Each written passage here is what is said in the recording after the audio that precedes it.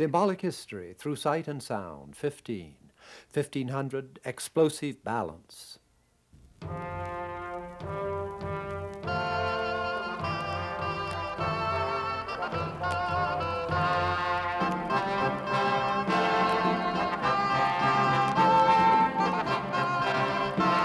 "1500 goes off like one of Leonardo's shrapnel shells, hurled from the foul bombard, shedding small shot, causing, he writes, great terror to the enemy with great loss and confusion.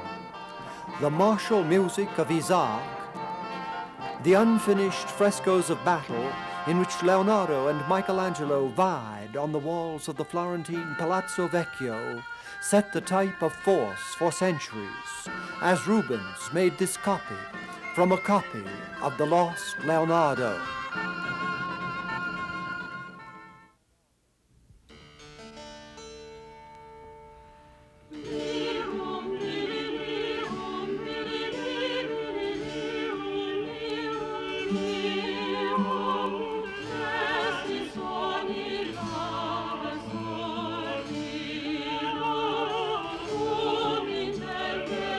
How does Renaissance, a point of balance between old and new, cultivating in all arts the myth of calm, Leonardo.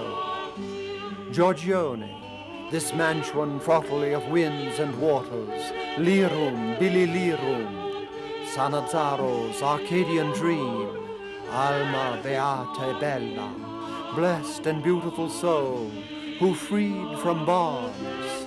How does that promise admit of so fierce a cleavage?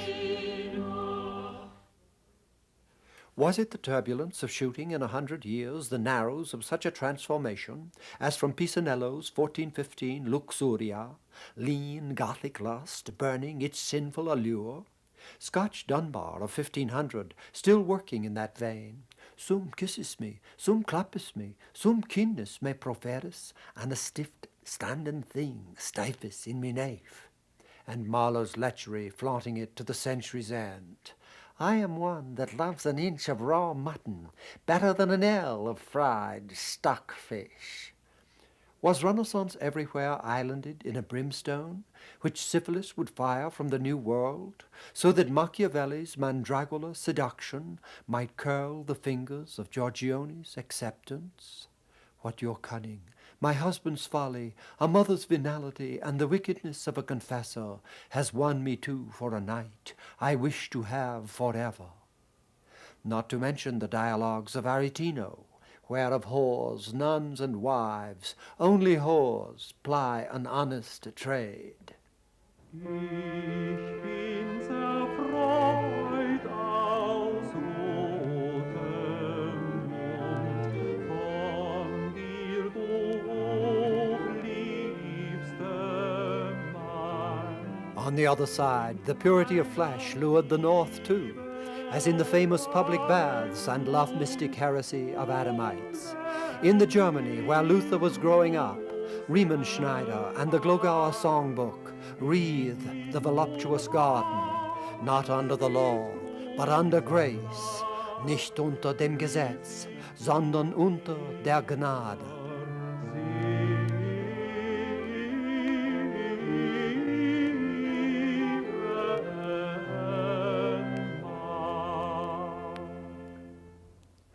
While in the art of Bosch, counterpole to the Italian, equally sought after in Spain, the landscape of Venery is composed to such a garden of delights that what stands in the triptych between eating forbidden fruit and choiring in musical hell has been thought one of those Adamitic celebrations of Eros. As the upstaging of sex implies, the bombard of 1500.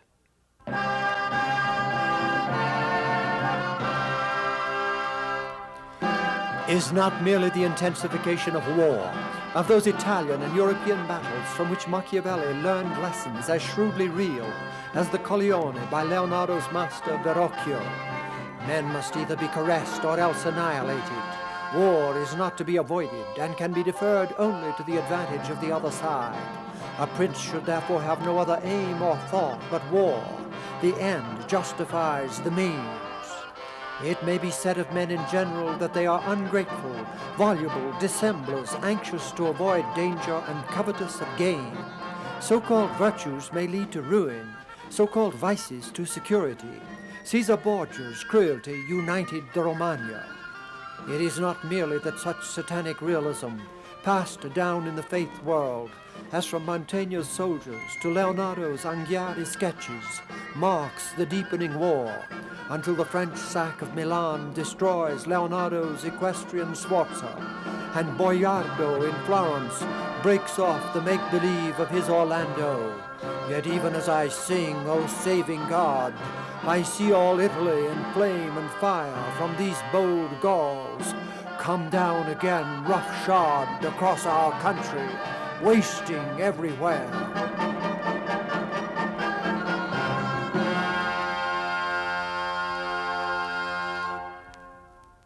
Less crucial the literal war than the symbolic, that reason long dutiful to creed, even in Roger Bacon, empiricist, we perceive by the first proposition of Euclid that if the person of God the Father be granted, a trinity of equal persons presents itself, as unchecked by brute fact as Honnecourt's 13th century geometries left.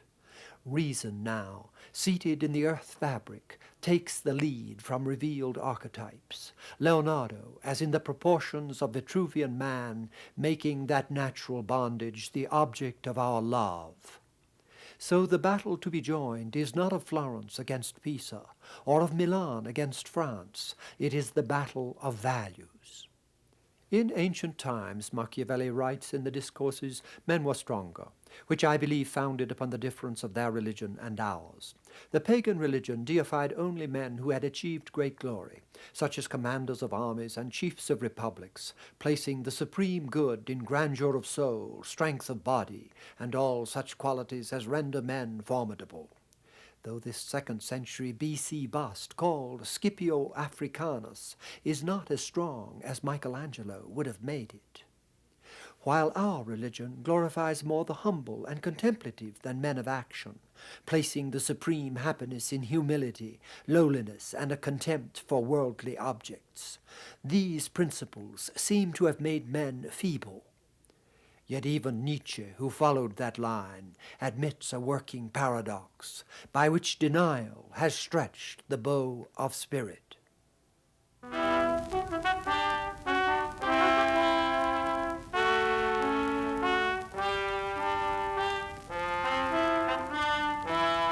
Like the Hocket dissonance of Guillaume de Machaut, the dragon and beast of the cloister apocalypse, enflame their leviathan depths with a force unparalleled in the ancient world, a volcanism that flung up towers of church and state.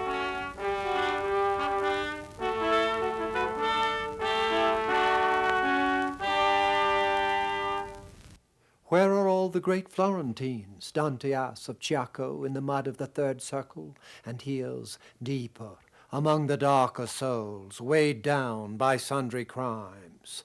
And we see them, magnanimous Farinata, Tegiaio, Brunetto Latini. You taught me how man makes himself immortal. Great-souled heroes in hell. Thus Machiavelli. Doubtless these means are cruel and destructive, neither Christian nor human, and to be avoided.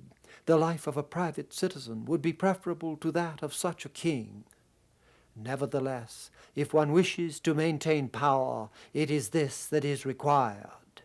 As much as any work of art, the death mask of Lorenzo il Magnifico records that value-cloven pride, mind reaching out to Copernicus in Poland and Columbus in America, the carnival passion of Lorenzo's own songs.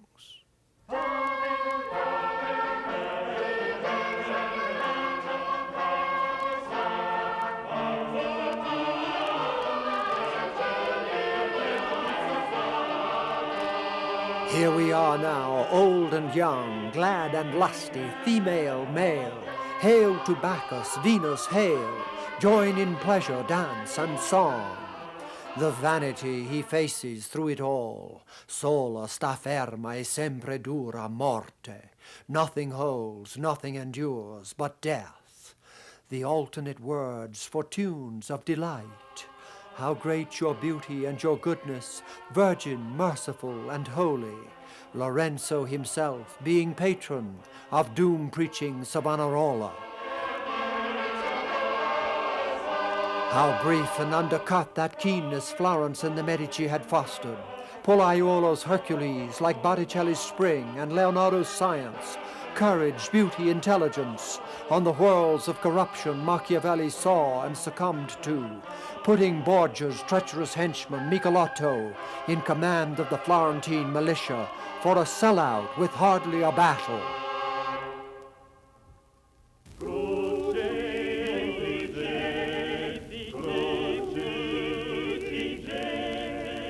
Crucifige. Donatello pierced the Renaissance in Padua. Penitence veers back from the north as Savonarola is called to San Marco from Ferrara. But in this Dell'Arca Pietà and the Passion motets, reform rides humanist liberation. So the trumpet that roused Savonarola was Virgil's warning from the severed roots. Heu, fuge crudelis terras, fugelitu Savarum. Fly, fly, the ruthless land, the shore of greed. No medieval voice rages in those sermons against pagan Florence and the Church of Rome. They have not only destroyed the Church of God, but built up another of sticks, Christians dry as tinder for the fires of hell. The only hope that now remains to us is that the sword of God may soon smite the earth. As the dying Lorenzo turned his back on that holy arrogance, lightning struck the cathedral dome, a comet flared, the Florentine lions fought, and the most beautiful was killed. Give the people of Florence their freedom, said Savonarola, already risking mob rule, opening private houses to the search for vanities. Well, he would learn at his own trial how much his populace cared for justice and truth. While Machiavelli, observing the fires from the Palazzo Vecchio, would write, all unarmed prophets fail. Savonarola. In my imagination I saw a black cross over the Babylon of Rome, and on it was written Ira Domini, and above it rained every weapon and hailstones and stones, with thunder and lightning and dark and abysmal weather. And I saw another cross, a golden one, that came from the sky to earth over Jerusalem, and on it was written Misericordia Dei, and there the weather was serene, clear, and very bright, and I saw angels arrive with the red cross. Botticelli's break with the Medici past reflects those doomsday sermons.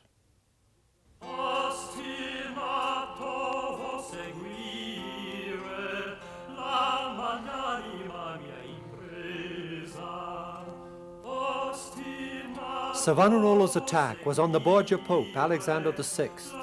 It is hard from the restraint of his Vatican apartments or of the tromboncino that might have been played there to picture the Nero of whom we read, he vying with his bastard Caesar for the favors of daughter sister Lucrezia, of their famous poisonings, or how that Cesare with the bow of Apollo shot prisoners as they dodged in the courtyard, while the golden-haired Lucrezia and the Pope looked on. Then Pius and the warring Julius II, Michelangelo's patron, and in 1513 the banqueting Medici, Leo X. Since we have been given the papacy by God, for God's sake let us enjoy it, whom Luther would address in 1520 between rage and naive hope. Leo, most blessed Father, I have never thought ill of you personally. I have called you a Daniel in Babylon, but I have truly despised your see, which neither you nor anyone else can deny is more corrupt than any Babylon or Sodom, the most shameless of all brothels, the kingdom of sin, death, and hell.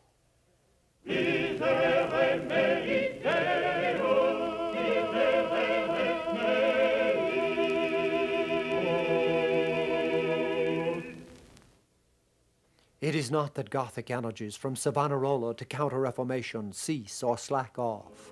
but that they clothe themselves in carnal fabrics. Sodomite Signorelli flexes the Medicean arts in a foreshadowing of Michelangelo's darker judgment.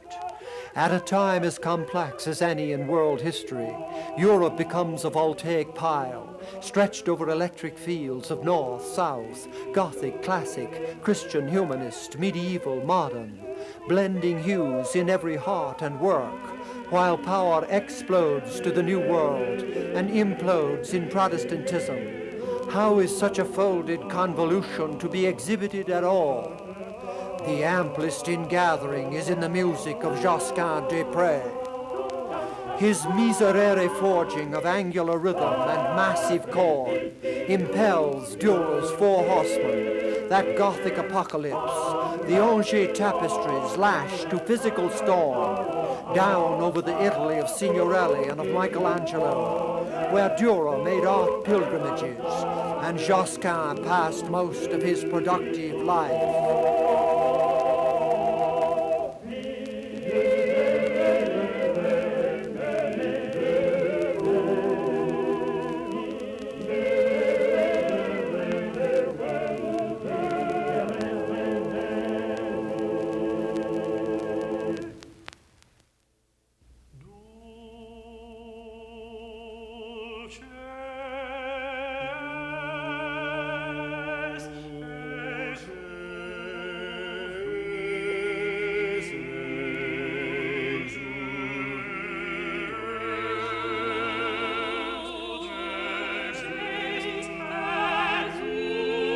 But there is another Josquin and another Dürer. This laurel-crowned melancholy, heaped round with attributes of thought, idleness, suicide. Josquin's handling of Diderot's last love lament, Dulcis exuviae. As if in classical renewal, Lucretius' ennui must deepen under the rays of light over ocean to the brooding flaw of Hamlet. It is most of all in architecture that 1500 Europe is cloven by the Alps. The classical orders, coffered vault and dome, dominate Bramante's Italy. But if we seek in music, where no classical orders survived, a comparable cleavage, what is most Italian, those chordal lauds and frotoli that point to operatic song, were written not only by Tromboncino and the rest, but by Flemish Josquin.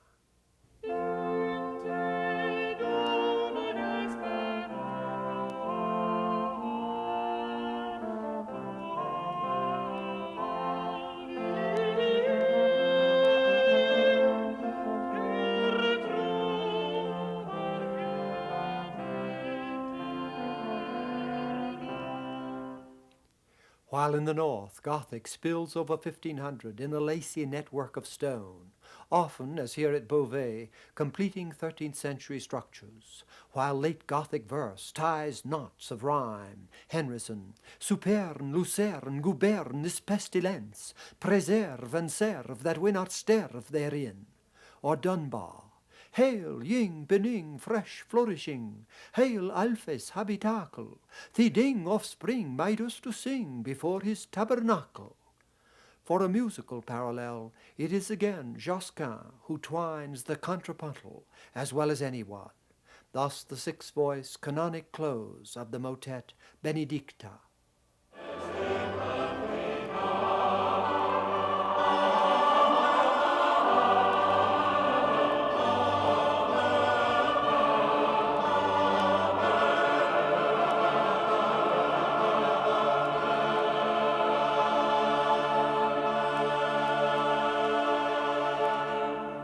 Even in architecture, the geographical divide is deceptive. Through the whole Renaissance and into the centuries after, Milan Cathedral was sprouting minarets over a city given to the smooth accords of Bramante and Leonardo.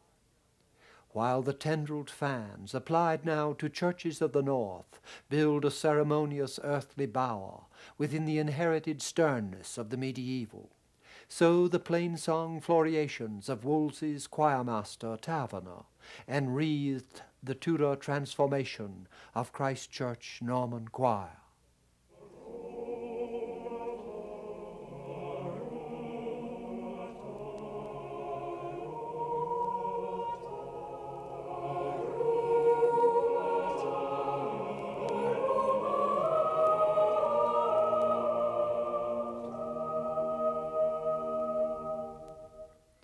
In the stained glass soaring of Ulm, Serlin's minstrel Pythagoras sings as with personal passion.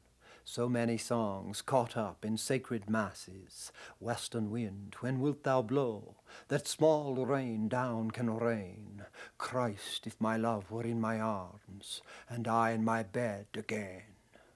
Like the German, es ist ein Schnee gefallen. A deep snow has fallen before the snows are due. Boys pelt me with snowballs, my path is lost in snow. My house yawns at the gable, our years have made it old. The door bolts are broken, my little room is cold. Sweet love, in loving pity, shield me from my woe. Fold me to your body, and let the winter go.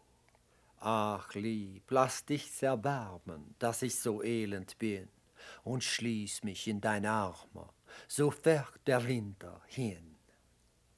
About 1478, the Portinari altar by Hugo van der Goes of Bruges was set up in Florence.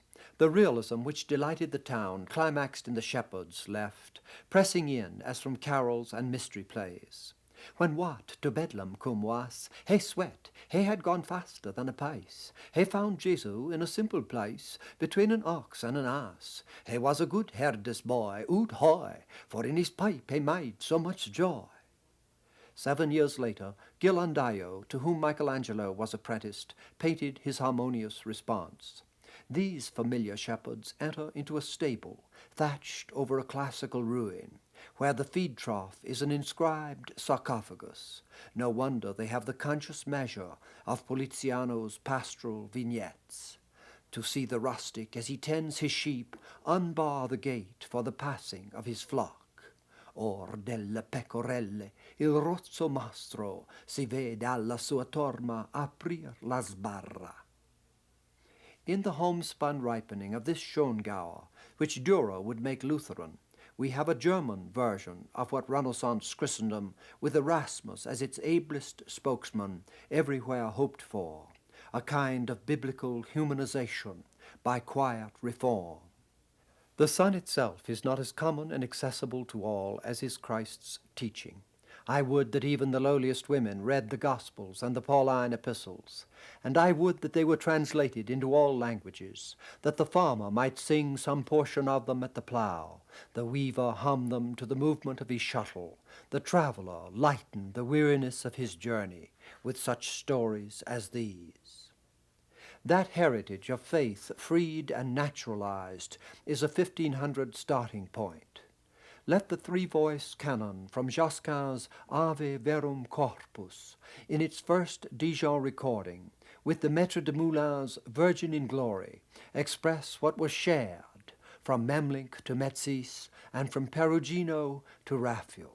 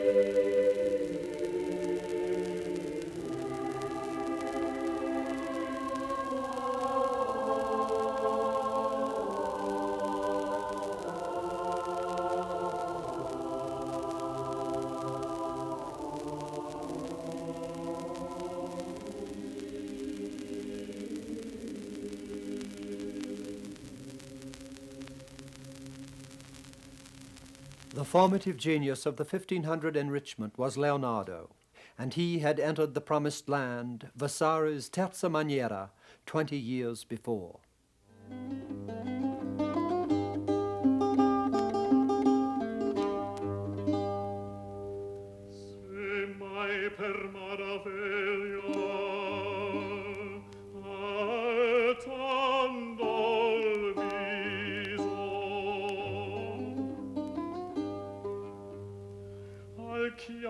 ciel pensate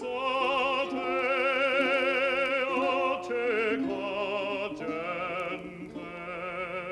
a quel vero signor di paradiso. In music, the shift was from the medieval adding of parts to what Leonardo stressed in painting, to render a proportioned and harmonious view of the whole. Leonardo, indeed, who came to the service of Sforza as a musician playing a fantastic skull-shaped lyre, applies with Aaron and Gaffori the same spatial sense to music, the union of proportional parts sounded simultaneously. In the 1500 Laude, how like the sfumato which shadows Leonardo's space is the melting of tonal fullness in complicities of minor.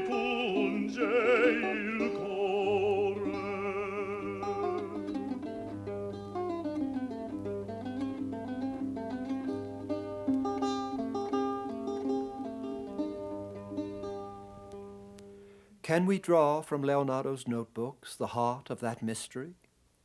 Shadow partakes of the nature of universal things, which are all more powerful at their beginning and grow weaker toward the end.